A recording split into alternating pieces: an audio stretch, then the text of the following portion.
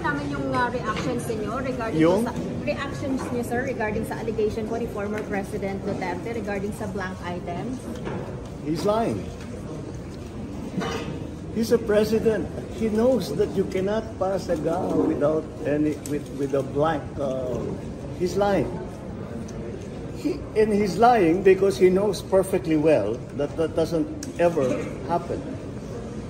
Sa kasaysayan ng buong Pilipinas, hindi pinapayagan na magkaroon ng item ang GAA nang hindi nakalagay kung ano yung project at saka ano yung gastos, ano yung pondo.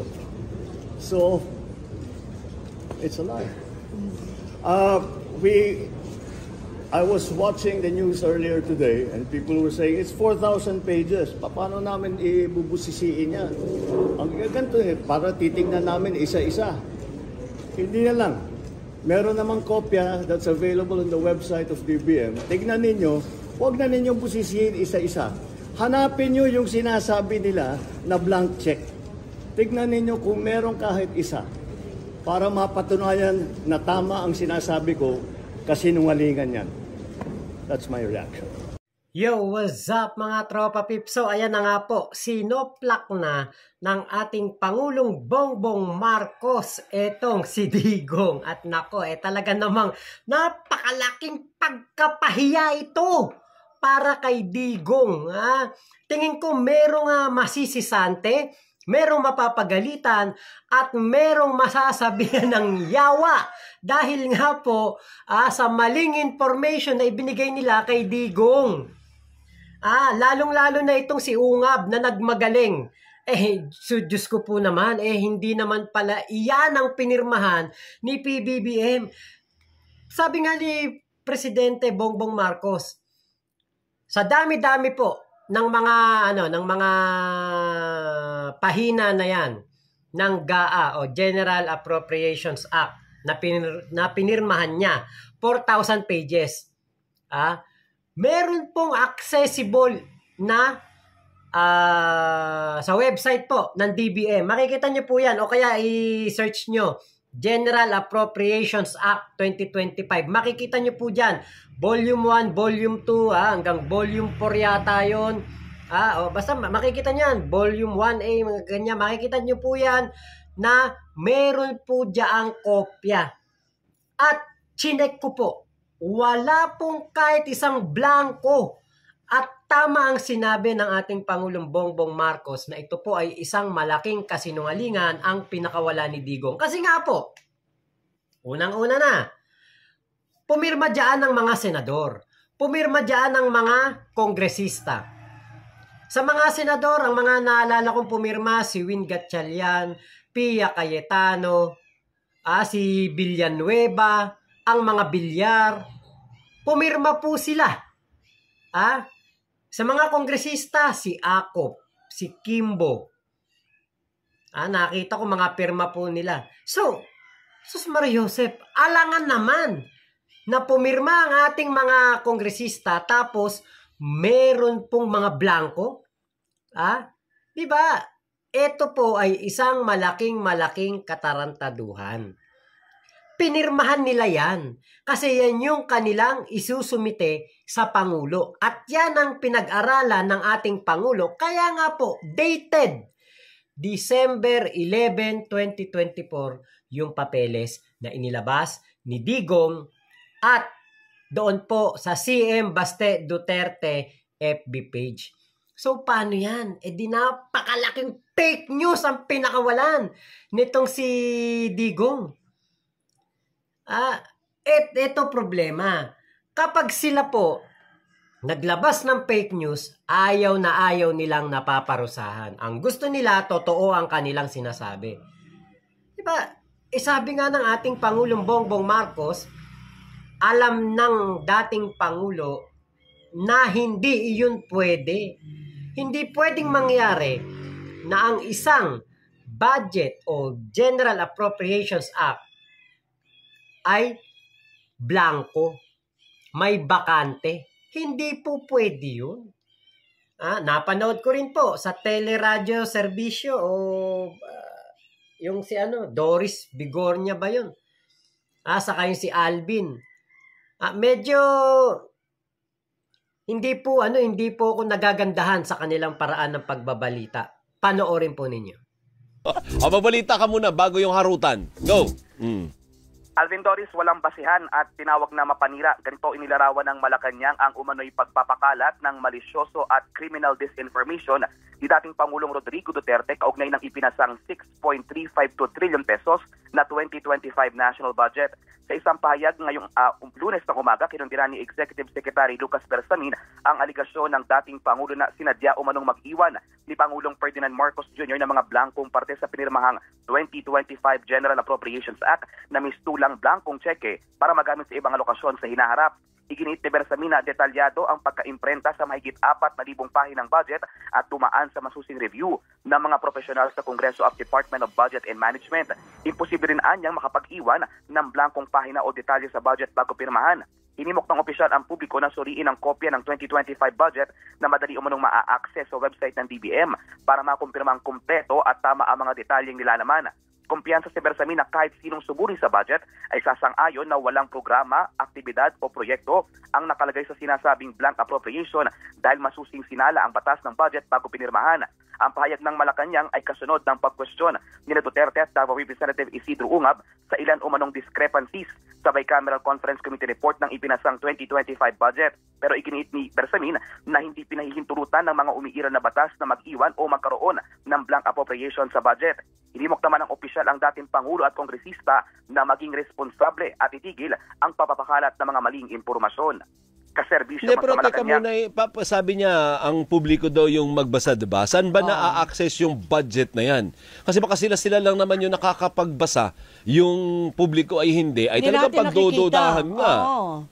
Andito nga, check ko rin na Alvin Doris, nasa website ng DBM, Department of Budget and Management. Dito ma-access ng Na-download publiko. mo? Na-access mo? Hindi ko pa ma-download eh. Oo, kasi nga pagkakapal-kapal na yan. Pagkakapal-kapal na yan. So pag sinabi ng Executive Secretary na kahit ang publiko malalaman naman, paano malalaman kung hindi nga maa-access yan kung kayo-kayo lang ang nakakapagbasa niyan? Tapos, 1 toneladang pahina. So, palagay mo magkaroon ako ng pasensya na i-download yon? Yan ang sinasabi ko sa iyo. Magaling lang kayo gumawa ng mga press release, pero ang totoo, accessible ba yan? Yun lang. Para lang patunayan na mali ang dating presidente. Accessible ba o hindi? Ito, accessible naman, Alvin Doris. May dedicated na page dito sa website ng DBM. Makikita mo yung mismong General Appropriations Act, yung ipinasang budget. Meron din kopya ng tinatawag na NEP, yung naging panukala noon ng executive para makumpara siguro kung ano yung talagang ipinanukala at kung ano yung mga naipasa lang. Pero sabi mo, buffering hanggang ngayon. Yung mga ilang minuto ka nang nagba-buffering. Ilang minuto nang umiikot-ikot. Ito, kakabukas lang. Nabukas na. Nabukas. So, accessible? Accessible naman, pero siguro kailangan mo lang maghintay ng mga ilang minuto kasi dahil makapalito, no? Maraming pahina. Naku, wala akong panahon, Christian. Busy akong tao. Sige, ako magbabasa para sa inyo. Sige. O diba? Nakita nyo naman yung video ni Doris, diba? Saka ni Alvin. Diba? Kung talagang sila ay mga, kumbaga, naghahanap ng katotohanan, gusto nilang makapaghatid ng tamang balita sa kanilang mga manonood. Diba? Sila na mismo ang kikilos at sila ang magpapa-research. Kung hindi man sila, diba, iutos nila sa mga assistant, sa mga producer, sir, baka pwede paki-research etong General Appropriations Act, paki-download, tignan natin ang mga pahina na sinasabi na blanco. Diba, ganun lang po kadali yun. Pero parang sila po mismo, kino-question yung inilabas na budget ng ating Pangulo, di ba? Parang ayaw nilang paniwala, parang naniniwala pa sila kay Digong. Di ba? Para po sa sa patas na pagbabalita, maging fair ka sa lahat. Fair ka kay Digong, fair ka sa binabanata ni Digong. Di ba? Napakadali lang nun eh. Yun ngang reporter dinownload niya, nagbabappering. Ako, dinownload ko din, nagbabapper. Kasi nga, sa dami ng pahina, sa laki ng files.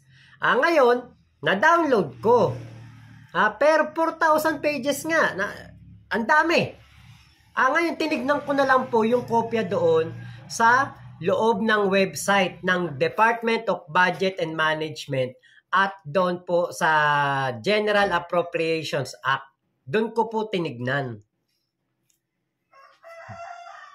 Ilalagay ko po yung link ng website ng DBM at General Appropriations Act. Diyan po sa baba, sa description box. Tignan nyo po, i-click nyo po. Pero sa ngayon, yan po ay busy. Hindi po siya gaanong ma-open. Maghihintay ka talaga ng medyo ilang minuto bago mo siya mabuksan. Dahil po ang traffic ng ating website dyan po sa GIA ay napakataas po ngayon dahil po sa napakarami ang nagche-check na gustong makita kung totoo ba o hindi ang sinasabi ng ating Pangulong Bongbong Marcos. Ito lang kasi ang pinakapunto dyan. Dating presidente si Digong. Alam niya yan na hindi ka pwedeng pumirma sa isang budget kung hindi ito makikitaan ng clear. Clear. Ibig sabihin, maliwanag na pagkakagastusan ng ating gobyerno. Hindi ka pwedeng pumirma dyan. Talagang invalid yan kapag pinirmahan mo yan. Ngayon ito, bakit si Digong ayaw pumirma ng waiver? Bakit kung ano-ano ang kinukuda niya? Bakit kung ano-ano ang hinahanapan niya ng butas? Ang budget natin para sa taong 2025, kung ano-ano ang kinukuda niya na mga problema na nakikita niya sa ating gobyerno. Pero, nung siya ang pinapapirma ng waiver para makita ang kanyang bank accounts, para makita kung meron siyang ibinulsa sa pera ng bayan, ayaw niyang pumirma. Diba?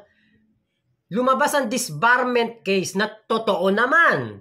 Tama naman ang sinasabi ng mga nagsampa ng kaso na disbarment para dito kay Digong, para mapawalang bisa ang kanyang pagiging abogado. Totoo naman. Diba? Na talagang si Digong ay naging irresponsable sa kanyang pagiging abogado. Kahit nga ang kanyang anak, abogado. Pero, di ba? Hindi po angkop sa isang abogado ang kanilang mga kinikilos. So ngayon, para mapagtakpan ni Digong ang lahat ng kanyang mga kabulastugan, para hindi ma-issue sa ICC, para ma-divert ang issue at etong pagpunta ni Matobato doon po sa ICC ay mapagtakpan, hindi mapag-usapan, gumagawa ng ganitong issue. Para hindi makapirma sa waiver, para hindi makita ang mga ginawang pangungurakot noong siya ang presidente, gumagawa ng issue. Para ang kanyang anak ay mapabango sa taong bayan, para ang kanilang grupo, ang kanilang mga kandidato sa pagkasenador ay maiangat ni Digong, gumagawa ng mga maling information, maling issue, fake news para maiangat ang kanyang mga kandidato. Maliwanag na maliwanag dito. Si Digong, desperado na. Wala na po kasing makuhang suporta sa mga malalaking tao, malalaking organisasyon. Tanging Iglesia ni Cristo na lamang ang kanilang nauuto. Pero tingin ko, bayad na ang Iglesia ni Cristo. Nagawa na nila ang kanilang part. Kahit marami ang mga nagsisisi na mga taga-iglesia na nagamit sila sa politika, okay na yun. Diba? Ang importante, si Digong, nakikita natin ang pagiging desperado para masiraan ang ating Pangulong Bongbong Marcos. Yun ang pinakatunay at pinaka nakikita natin na katotohanan na nangyayari ngayon. Desperado si Digong na masira si PBBM para nga naman ang kanyang anak ang mailuklok sa Malacanang.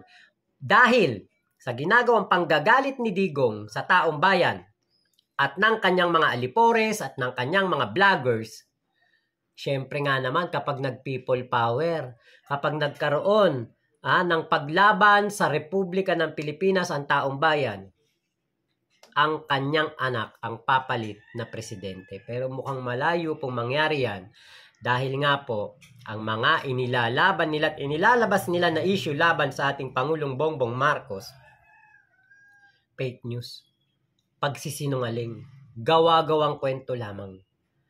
So yun lamang po, maraming salamat sa pagsama nyo dito sa aking vlog na ito. Ingat po kayo, nasan mang panig kayo ng mundo. Naku, huwag kayo maniniwala sa fake news, lalo na sa fake news na pinapalabas ng mga mapanirang dating presidente. So yun lamang po, Mama Chup Chup, love you, God bless us all, Pilipinas. God first!